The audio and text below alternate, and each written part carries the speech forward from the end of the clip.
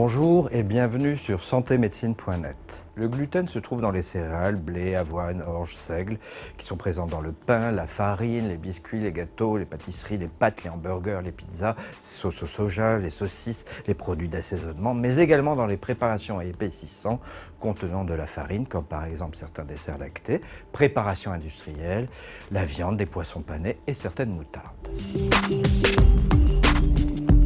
L'intolérance au gluten, encore appelée maladie cœliaque, est une maladie difficile à diagnostiquer car ses manifestations sont très variées et ne sont pas liées spécifiquement à cette maladie. La maladie cœliaque touche davantage les adultes que les enfants. Les premières manifestations apparaissent en général autour de 40 ans et 20% des personnes sont diagnostiquées très tardivement.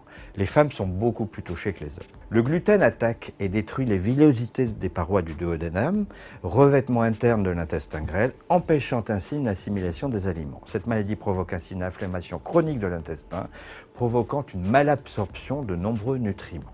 Les manifestations intestinales principales sont les douleurs abdominales, des épisodes de diarrhée, des ballonnements accompagnés d'un amaigrissement et d'une fatigue.